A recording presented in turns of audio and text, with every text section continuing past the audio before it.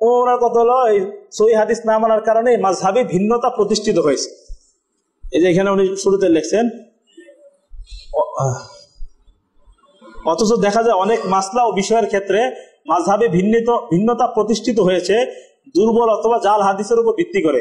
এক্ষেত্রে সহিহ হাদিস মেনে নিলে ভিন্নতা দূর হয়ে যায়। মনে হয় মাযহাব সৃষ্টি হয়েছে এটা হাদিস না মানার কারণে, সহিহ হাদিস না মানার কারণে মাযহাবী ভিন্নতা সৃষ্টি হয়েছে।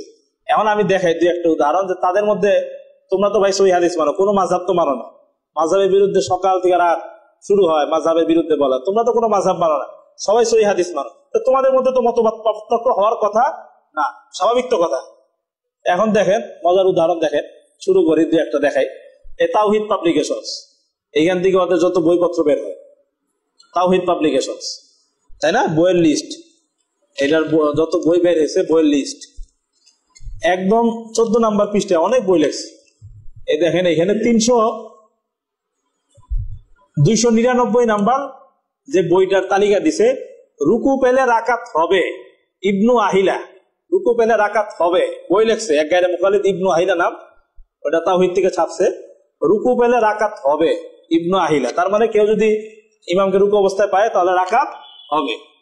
একটু পরে দেখবেন এই 299 নেই, একই পৃষ্ঠার একটু নিচে গিয়ে দেখবেন 312 নাম্বার তালিকায় বই আছে রুকু পেলে রাকাত হবে না, রুকু পেলে রাকাত হবে না, আব্দুস সাত্তার কালাবুরি।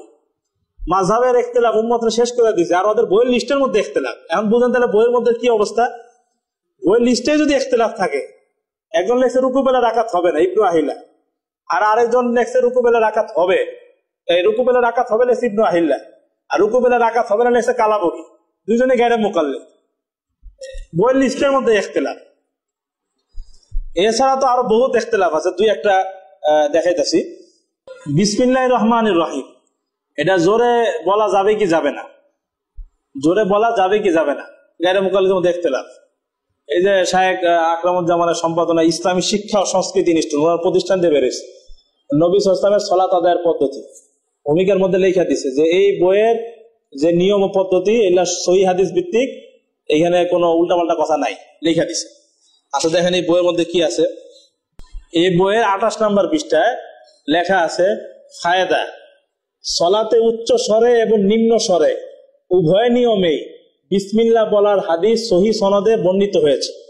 সলাতে উচ্চ স্বরে এবং নিম্ন স্বরে উভয় নিয়মেই বিসমিল্লাহ বলার হাদিস সহিহ সনদে বর্ণিত হয়েছে, সুতরাং উভয় নিয়মের উপরে আমল করা উচিত।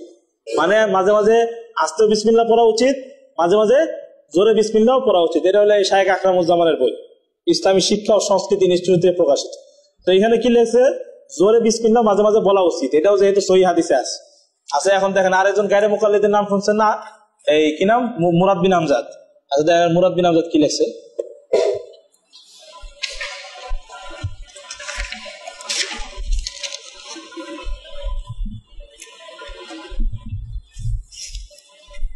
এই যে মুরাদ বিন আমজাদের এই বই, প্রচলিত ভুল বনাম রাসূলুল্লাহ সাল্লাল্লাহু আলাইহি ওয়াসাল্লামের সালাত আদায়ের পদ্ধতি।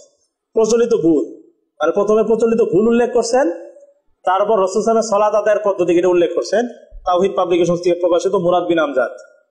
এই বইয়ের 16 নম্বর পৃষ্ঠায় উনি লিখছেন, প্রচলিত ভুল, প্রচলিত ভুল আমাদের সমাজে তথাকথিত কিছু সংখ্যক নামধারী আহলে হাদিসকে, মুরাদ বিন আমজাদ বলতেছে, আমাদের সমাজে তথাকথিত কিছু সংখ্যক নামধারী আহলে হাদিসকে বিসমিল্লাহকে সূরা ফাতিহার অংশ হওয়ার পক্ষে সৌদি আরবের কোরআনের নাম্বারকে দলিল হিসাবে উপস্থাপন করতে দেখা যায়। অনুরূপ জেহেরি অর্থাৎ সশব্দে পড়া সালাতে বিসমিল্লাহ উচ্চ স্বরেও পড়েন এবং এর পক্ষে কিছু দুর্বল হাদিস দ্বারা দলিল পেশ করেন, অথচ এর নির্ভরযোগ্য কোনো ভিত্তি নেই। তো আকরামুজ্জামান সাহেবের এখানে আছে যে জোরে বিসমিল্লাহ সহিহ হাদিস দ্বারা প্রমাণিত, ওই নিয়মের উপর আমল করা উচিত। আর উনি লিখছে সশব্দে বিসমিল্লাহ পড়ার পক্ষে কিছু কিছু নামধারী আহলে হাদিস দলিল পেশ করে এবং এগুলা সব দুর্বল হাদিস, অথচ এর নির্ভরযোগ্য কোনো ভিত্তি নেই। এলো মুরাদ বিন আমজাদ সাহেব, এটা হলো মুরাদ বিন আমজাদ সাহেবের ফতোয়া। আর আকরামুজ্জামান সাহেব ফতোয়া হলো জোরে বিসমিল্লাহ মাঝে মাঝে পড়া যাবে, উচিত। আর এটা বলছে যে যারা পড়ে এগুলো সব নামধারী আহলে হাদিস। মুরাদ বিন আমজাদ বলছে নামধারী আহলে হাদিস। নামধারী আহলে হাদিস কি হলো, আকরামুজ্জামান বিন আব্দুল সালাম, উনি তো হইলো। দুজন আবার বৈশা বলতেছে আপনাদের হানাফি একজন দেওবন্দি আর একজন বেরেলভি, হানাফিদের মধ্যে দুই ভাগ হয়েছে। ওই দিন আমার যদি সময় দেওয়া হইতো তাহলে দেখাই দিতাম ইখতিলাফ কত প্রকার ও কি, তোমাদের বই খুলো দেখাও। তারপরে দেখেন আরেকটা ইখতিলাফ দেখাই। এখানে তো মুরাদ বিন আমজাদের ফতোয়ায় আকরামুজ্জামান বেদাতি হয়ে গেছে অলরেডি। দেখেন মুরাদ বিন আমজাদের বই দেখছেন না, সহিহ আকীদার মানদণ্ডে তাবলীগে নিসাব। মুরাদ বিন আমজাদ এই বইয়ের 241 নম্বর পৃষ্ঠায় উনি শিরোনামই দিছে, শিরোনাম তাসবিহ দ্বারা জিকির করা বেদাত।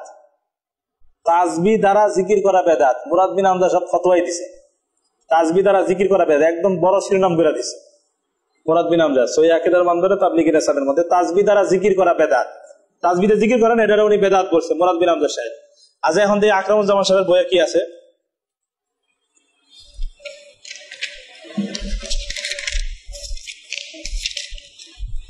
এই যে আকরামুজ্জামানের সম্পাদনায় ফতোয়া আরকানুল ইসলাম বেরিয়েছে, এটা 390 নম্বর পৃষ্ঠায় প্রশ্ন, তাসবিহ দ্বারা তাসবিহ পড়ার বিধান কি? তাসবিহ দানা দ্বারা তাসবিহ পড়ার বিধান কি? উত্তর, তাসবিহ দানা ব্যবহার করা জায়েজ। তাসবিহ দানা ব্যবহার করা জায়েজ। আর ওইখানে বলছে তাসবিহ দানা জিকির করা বেদাত, আর এখানে বলছে তাসবিহ দানা ব্যবহার করা জায়েজ। তাহলে মানে কি আকরামুজ্জামান বেদাতি মুরাদ বিন আমজাদের ফতোয়া? আকরামুজ্জামান যতবার তাসবিহ হাতে নেয় মুরাদ বিন আমজাদের ফতোয়া হিসেবে উনি কি বেদাত করতে থাকে। তো বেদাত বলতে বলতে মনে করছে খালি দেওবন্দি বের নবীরা বেদাতি হয়েছে, এখন নিজেরাই বেদাতি হওয়া শুরু হয়েছে। অনেক উদাহরণ আমার কাছে আছে, একজনের ফতোয়া বেদাতি হয়ে যায়। যেমন আসাদুল্লাহ গালেব, ওই যে একটু আগে দেখাইলাম, রুকু পেলে রাকাত হবে কি হবে না। আসাদুল্লাহ গালেব সালাতুর রাসূলের মধ্যে লিখছে রুকু পেলে রাকাত হবে না। উনি বিশাল এটা নিয়ে 4 পৃষ্ঠা রবি লিখছে, কেন হবে না, সূরা ফাতিহা ফরজ, এটা না পড়লে নামাজ হবে না, সুতরাং রুকু পেলে রাকাত হবে না, কেন সূরা ফাতিহা পড়া হয় নাই, বিশাল আলোচনা করছে। আকরামুজ্জামানের কালেমার মর্ম কথা খুলেন, সেখানে বেদাতের তালিকা আছে। নামাজের মধ্যে আল বিদআউ ফিস সালাওয়াত, নামাজের মধ্যে কিছু বেদাত তালিকা আছে। সেখানে আকরামুজ্জামানের একটা বেদাত এটাও লেখছে, রুকু পাওয়া সত্ত্বেও রাকাত গণ্য না করা। যারা রুকু পেলেও রাকাত গণ্য না করে, এটা একটা বেদাত। তার মানে কি আসাদুল্লাহ গালেব বেদাতি, আর উনি রুকু পেলে রাকাত গণ্য করে না, আসাদুল্লাহ গালেব বেদাতি হয়ে গেছে। আবার আকরামুজ্জামান মুরাদ বিন আমজাদের ফতোয়া হয়ে গেছে বেদাত। আর আল্লাহ জানে মুরাদ বিন আমজাদ কার ফতোয়া বেদাতি হয়েছে, হয়তো হইতে পারে, আমার ঠিক মনে আসতেছে না এখন, তবে আছে অনেক তালিকা, এগুলো এখন বললে শেষ হবে না।